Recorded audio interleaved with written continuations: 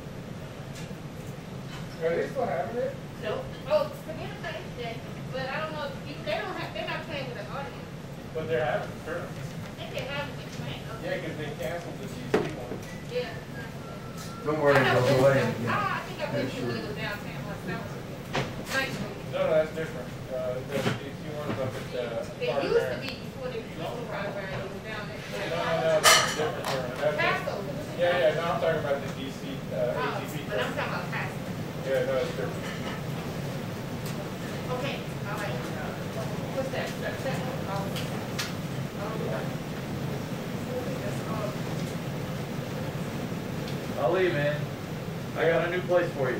What? You ever see that sushi movie, Finding? Yeah. No, it's not Finding Nemo. What is it? Finding Nemo. Zero dreams of sushi. Yeah. Boy, I'm way off. That is way off. Finding Nemo and eating it. Finding Nemo and eating it. Yeah, I take. So apparently one of the guys that studied with him just opened up a sushi restaurant in D.C. Talking about the one at the Trump Hotel? It's not in it. I think it's off the property or like Yeah, I've been corner. there. You have, did we talk about this? I don't know. Yeah, I mean, and he was there. Zero was there. Are you serious? Not Zero. His son? This right here, No, the guy from the movie. That goes on my next one. Is that the receiver? yeah, this in this pocket goes in the back. Oh, yeah? Well, it doesn't matter. You can do it that way. And this goes into the one. Yeah. Yeah, tell you what, do it that way. Put this right in the pocket and clip it on. And that's right in the front. Yes. And then I'll put the other one in the When I system. went, Oh, I was coming to get you. when I went, he was Okay. there because he was I hate to tell you. they just opened. So he was standing back there while checking it out. Yeah, and then it turns out Tom Sexton was sitting I don't know. You need another body? Yeah, think about it, because there's cameras everywhere. We in the briefing room, we got cameras everywhere. They must be over here. talks about it. We ain't gonna, If we hit flex, we know where it's from. I don't know how to do specs, goes all the way up. Okay. All the way up. But I can make you laugh. Thank you very much, bodyguard. I don't.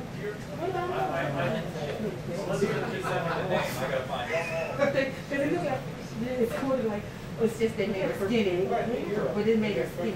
See, I think they took the picture off of this one. It's kind of similar to this, right? It's the same jacket. It's the same style, so I think they kind of did, but then they elongated it. That's what I had Tell me, Nemo well, maybe said next time we have it. delicious. Nemo is delicious. That's the Japanese way, man. Nice to see you. Nice to see you. Yeah. Let me do it around. You're probably watching it with your kids. You're on kids. No, not yet. Not yet. Don't do it. Yeah, let me, I'm gonna find you a windscreen. Good enough. I don't want you to get Exactly. I don't want you to hurt I don't yourself. want to be, I don't want you to hurt yourself. Hey. Watch it now. make sure it's. Yeah, yeah. Do you have any extra windscreen? That'll be your close-up for sure. Oh my God. I'll smile right in the front.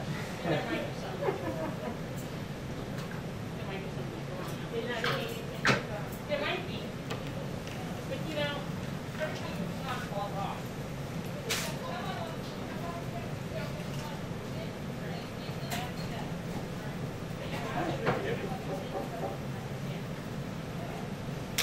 Sushi Nakazawa.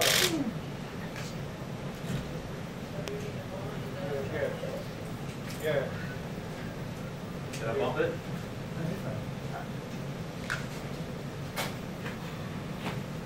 Quiet.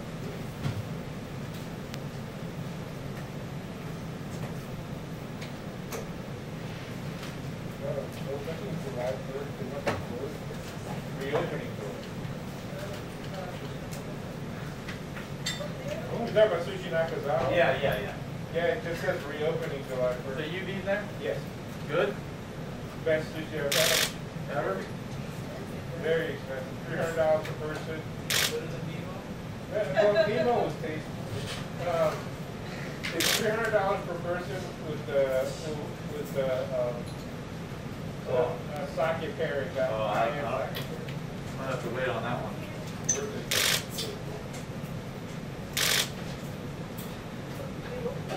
There we go. I didn't know they were. Yeah. No, actually, it's not small. But it was a bar and they had seats, but they never got enough people to come in to they only had bar seats. Because, so maybe they're gonna have you sit at the seats because they have big space. Because, okay, so it's like the bars here, maybe we had a bar or not ten. They had seats all around. But because it's the drum hotel, nobody didn't want to go. People didn't go because it was like that. But the guys all did on the drum hotel. But then, so I'm guessing, because they have seats, I'm guessing now instead of the bar, you sit at the seats. Because I can't imagine you're going to sit at the seats.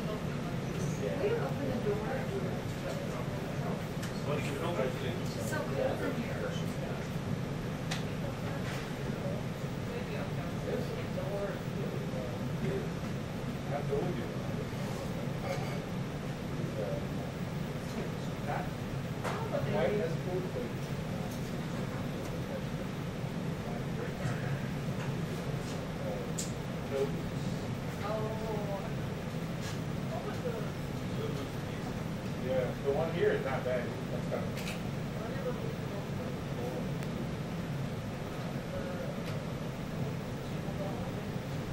Yeah. He's friends with the movie. So, yeah, I've gone there like 50 times. You never gone there? That was good. And then he does the menu for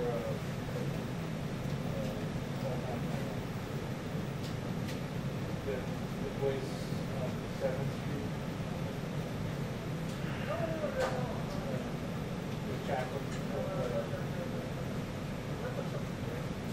with the same people. Yeah. The one that's like got karaoke upstairs. I've never eaten there, but I heard it's kind of good. Yeah, I just went there for stress or so.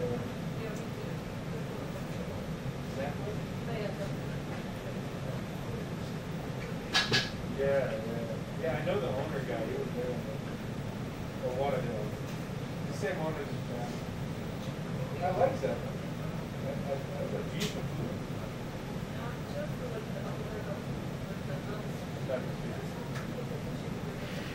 Yes, I heard it's good. I heard it's bad. Well, that one kind of makes the menu, but it's not there.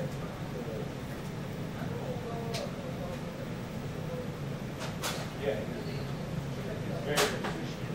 That one place, you said you went there. I thought you said it was a little overpriced, but it was no good. I thought it was good. No, the one, the Union Market. That place I thought was good. I went there. I took my friend for a birthday. It was pretty nice. Yeah, really Japanese one was pretty loud. But we didn't go upstairs because it was closed when they showed us.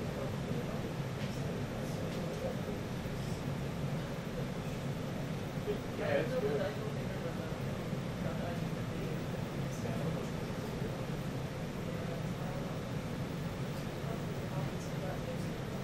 Well, they have that outdoor area upstairs.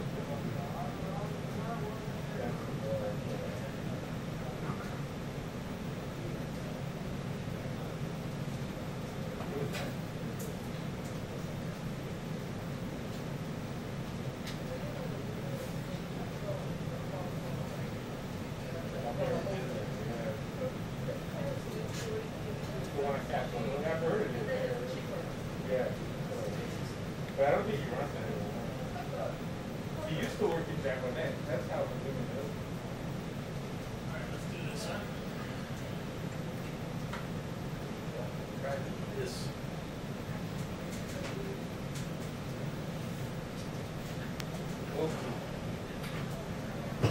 That's the one that we got. I like it. I go back there. I like these stuff.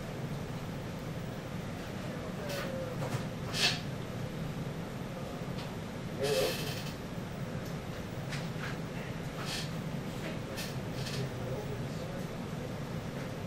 Is it closed? Take out. But that's a bar too. I don't know how that. No, it's small.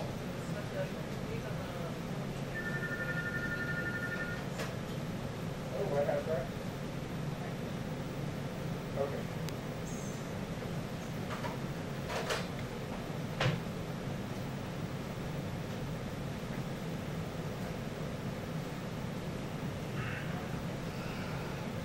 Limited seating, huh? One guy that's gonna work. You get it. Am I inspiring you?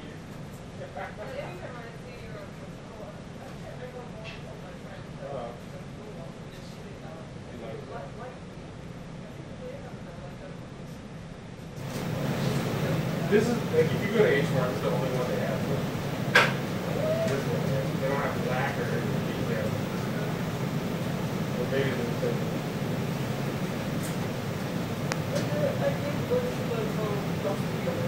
Oh, that's right. I think he's like that. Sí, yo siento mucho esfuerzo todo No, eso. I thought like, one that it's just like a cup. Sí, sí. Okay, thank you. No, yeah, yeah. It's just a cup. Be in the neighborhood tomorrow, yeah. Right. I can call you. Yeah, I can call you. Pero vamos a do. Robert, I can try to. Yeah. Okay. Thank you, sir. 2-minute warning.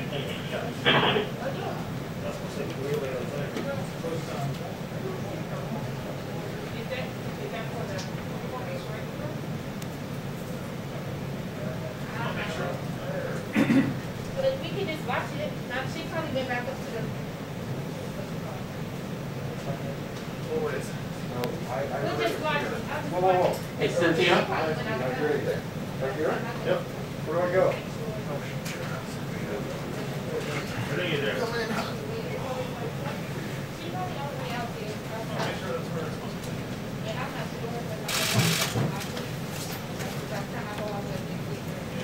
Hey, Cynthia?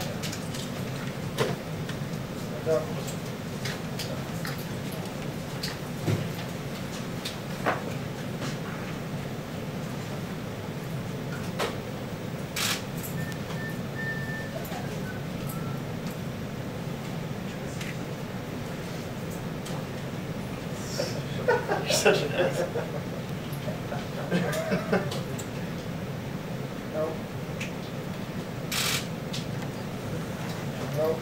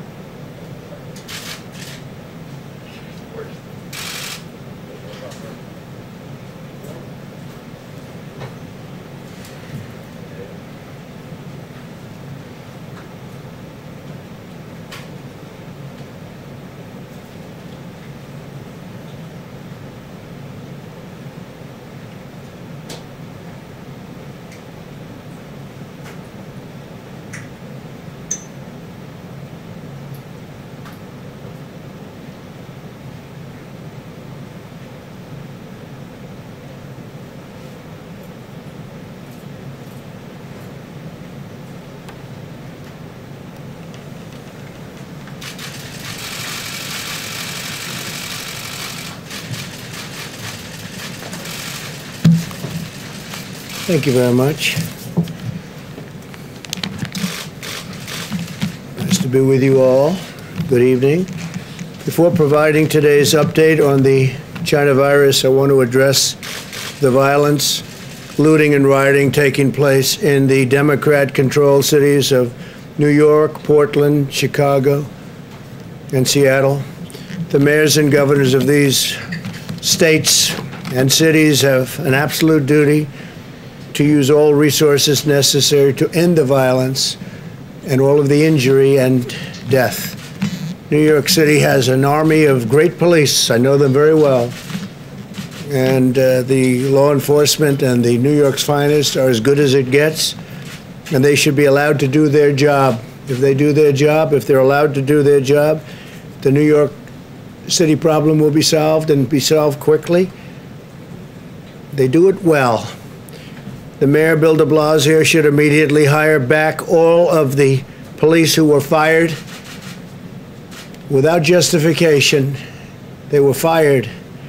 I guess that's part of defund the police by the Democrats. They should hire New York City's finest back. You have some incredible policemen doing specific jobs that nobody else can do, actually, when it comes to terrorism and other things.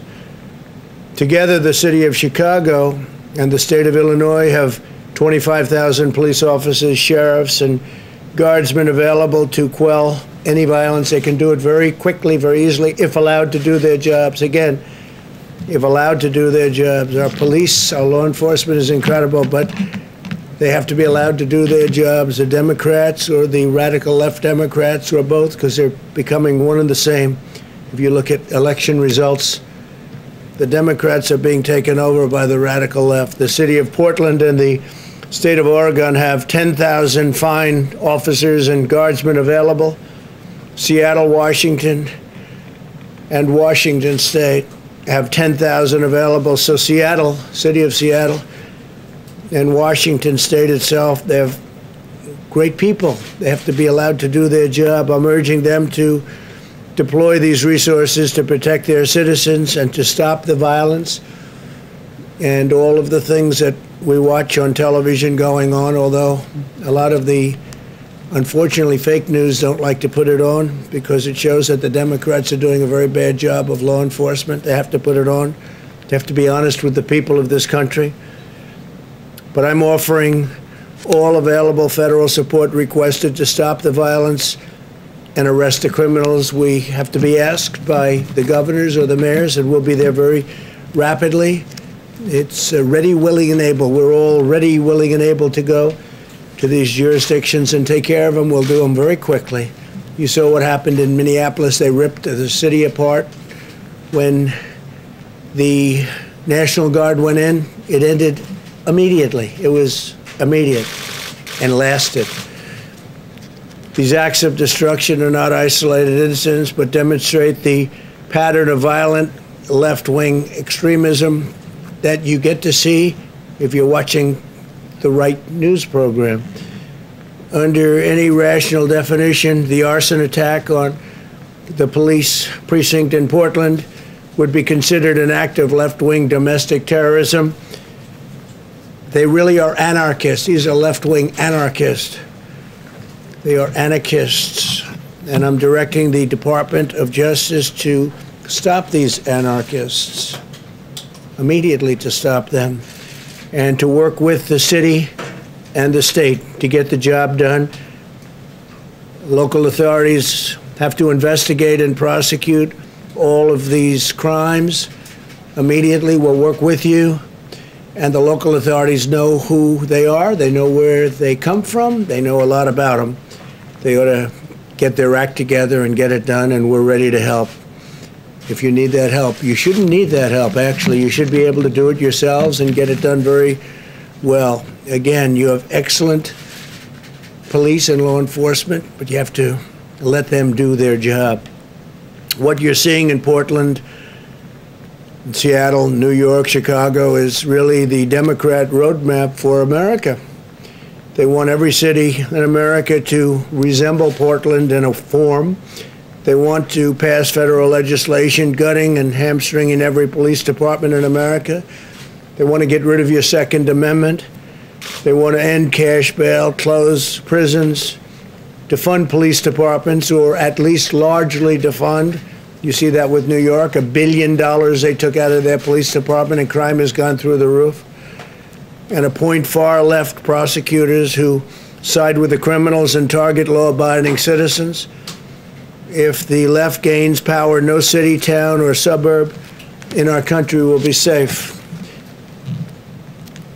On the vaccine front, some very good news. Today I met with the leaders of Operation Warp Speed, our historic undertaking to produce a safe and effective vaccine in record time.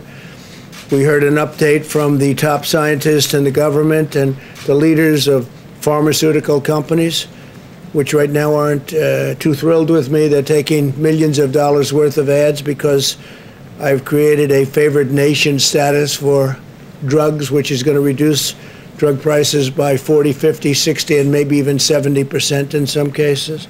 Numbers that have never been heard of or thought of. So when you see those ads, remember that means your drug prices are coming down. When you see ads attacking your president, it's very simple. That means drug prices are going to be falling very soon.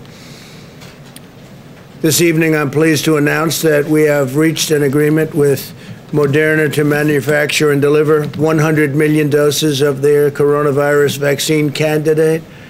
The federal government will own these vaccine doses. We're buying them. Recently, we also secured partnerships with Johnson & Johnson, as well as Sanofi and GSX, to support the large-scale manufacturing of their vaccines, doing very well in those vaccines.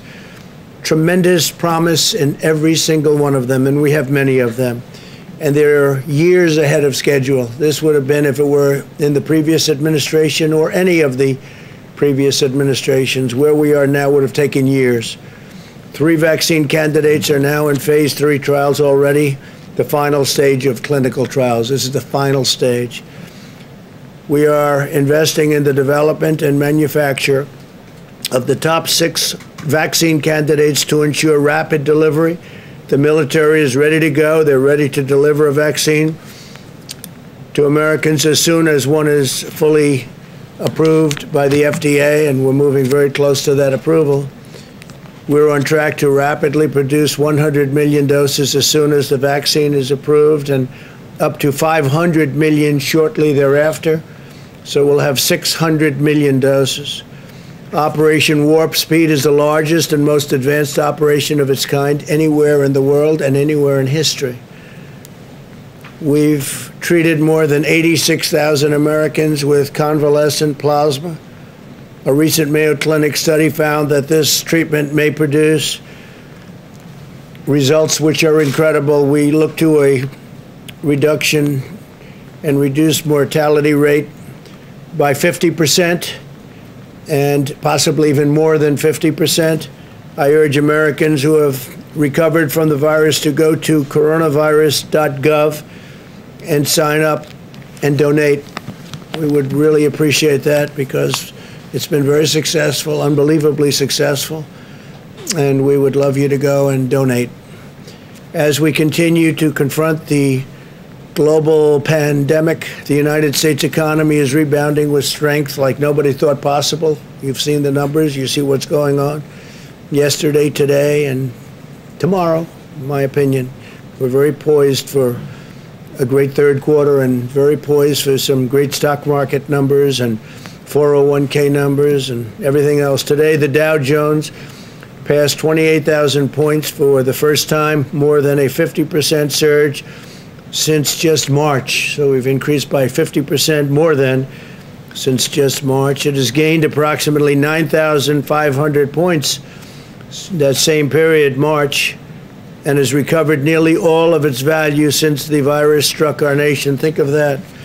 America's economy is incredible, and its economic recovery is outpacing our peer nations. Last quarter, the European Union's GDP decline was nearly 40% worse than the United States. So it's 40% worse than the United States. We've built such a strong base that we're able to do things and sustain better than anybody in the world by far. France's GDP decline was nearly 80% worse than ours, and Spain experienced an economic contraction twice as severe as the United States. Nationwide, we continue to see improvements in our fight against the pandemic, very substantial improvements. Since last week, 87% of the counties in the United States report declining cases.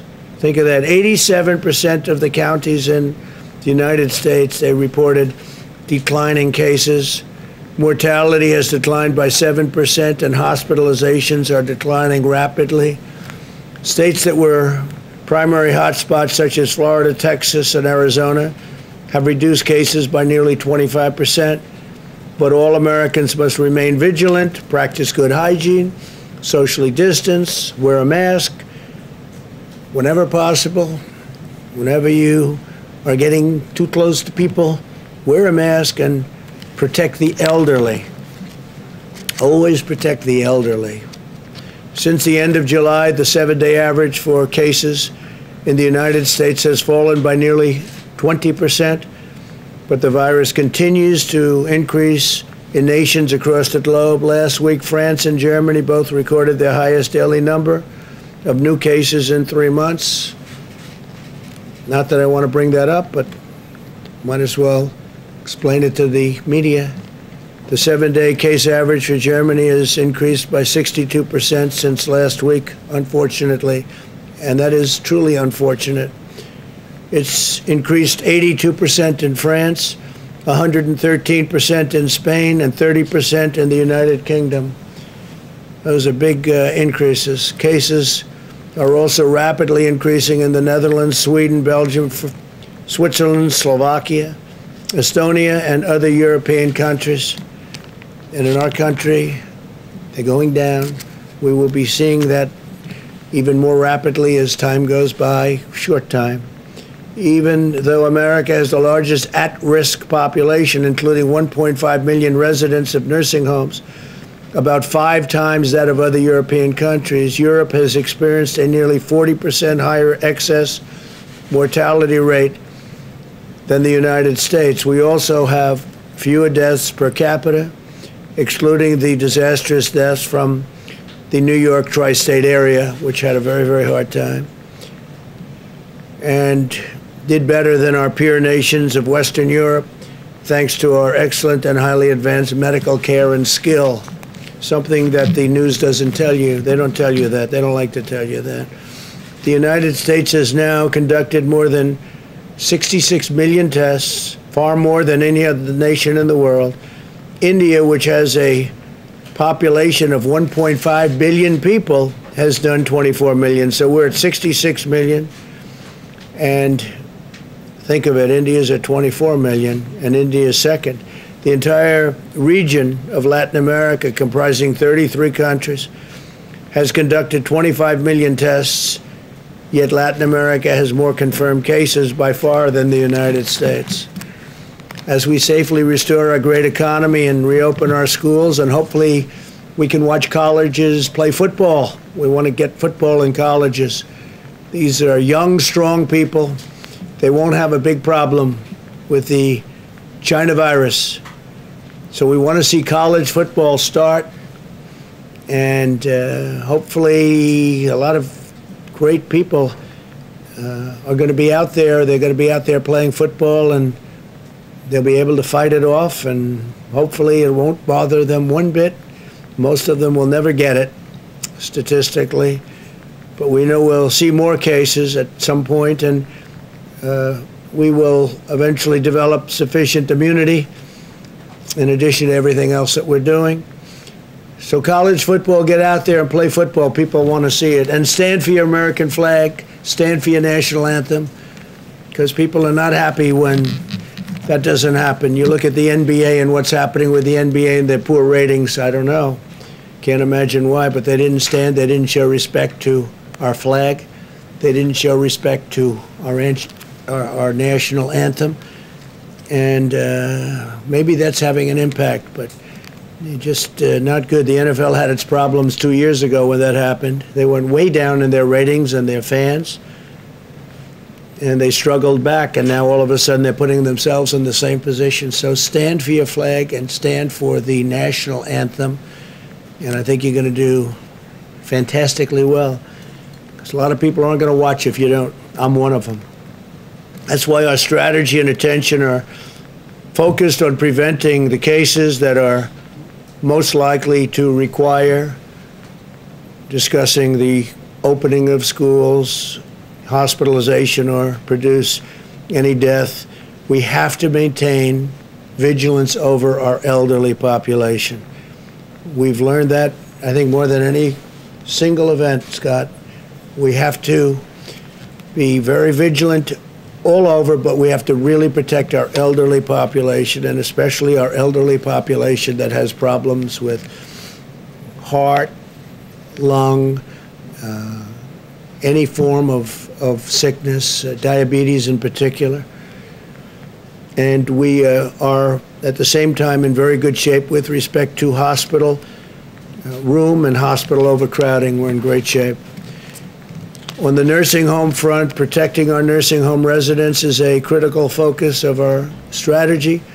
HHS recently announced that they will use the Provider Relief Fund to deliver an additional $5 billion to further protect nursing homes and long-term care facilities as they continue to combat the China virus. We have delivered over 1,800 rapid point-of-care testing devices to nursing homes, and we are in the process of delivering these devices to all 15,000 Medicare and Medicaid certified nursing homes by the end of September. So they're going to have very, very rapid tests. They won't have to wait around 2 or 3 days or 4 days, and that number has come down very substantially compared to what it was when you send it to the labs. You get very accurate tests, but it takes a period of time to send it, to check it, and then to send it back. But we are now at a position where we're sending very, very rapid tests, 5 minutes to 15 minutes. We will care for America's seniors as we develop the vaccine and therapeutics are coming along very, very well. We think we have some great answers on therapeutics, and you'll be hearing about them in the very near future. I'm very much into the world of therapeutics, where you go into the hospital and you give a shot or you do what you have to do with it, perhaps transfusion. It's combinations of what you can do, and people get better. I like that very much. I like that very, very much. And that could even proceed in its successful in getting it. That will, I think, probably even precede vaccines. But therapeutically, we're doing very, very well. A lot of people are going to be very happy when they see some of the numbers that I'm seeing and some of the results.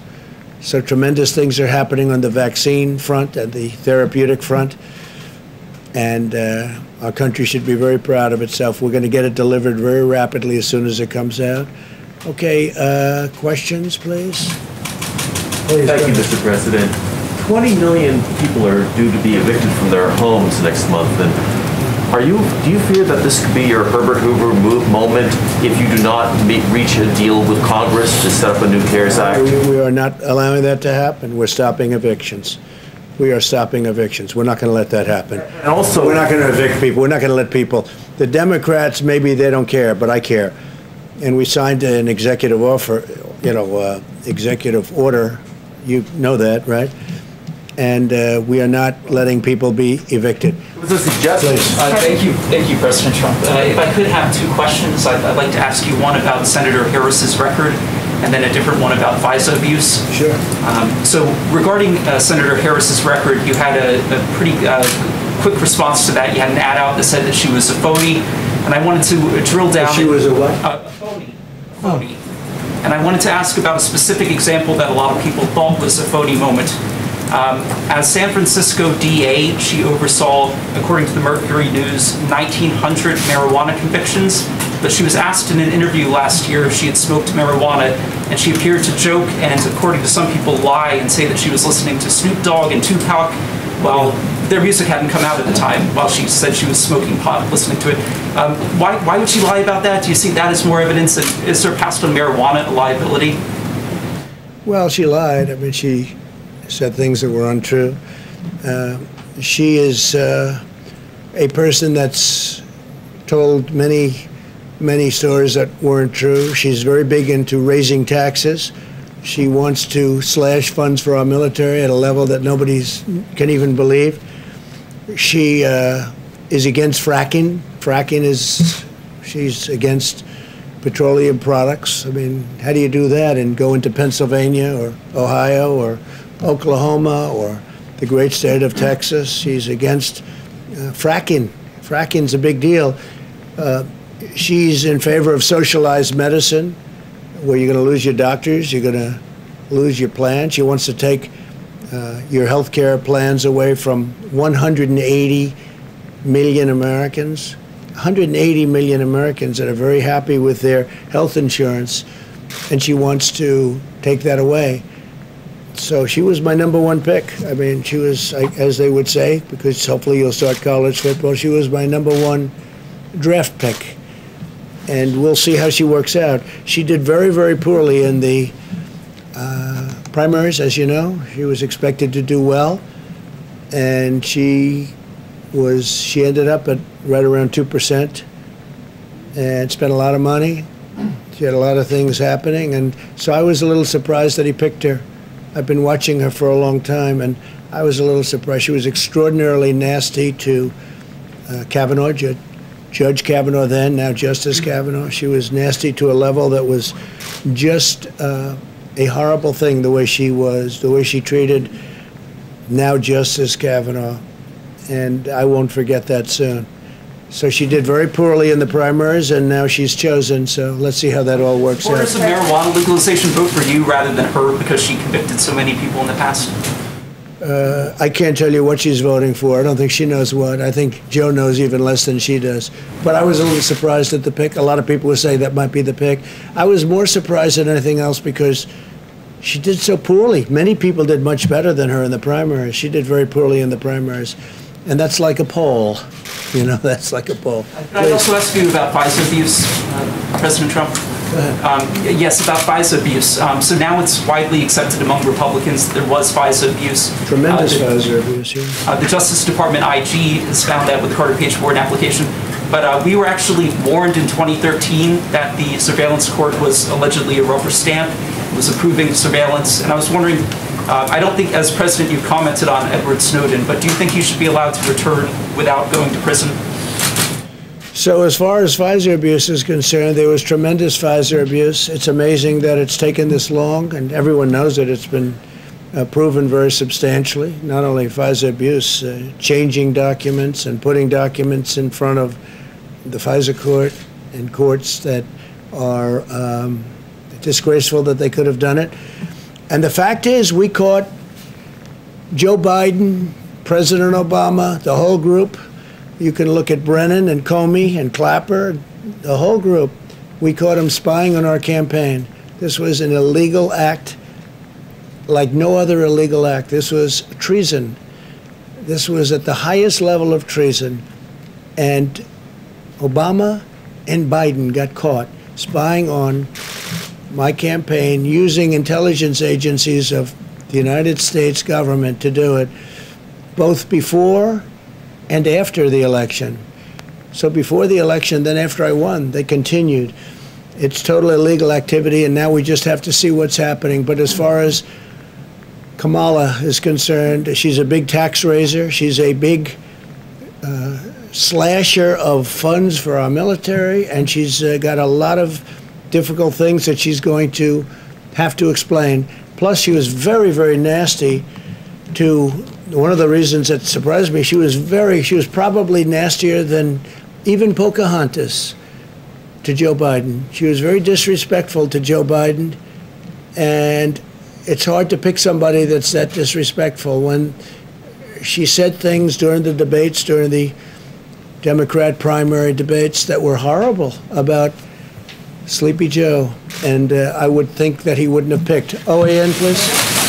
Thank you, Mr. President. Yesterday, Seattle City Council voted to cut funding for their police department, and the police chief there, Carmen Best, the first black woman to serve in that capacity, she resigned hours later.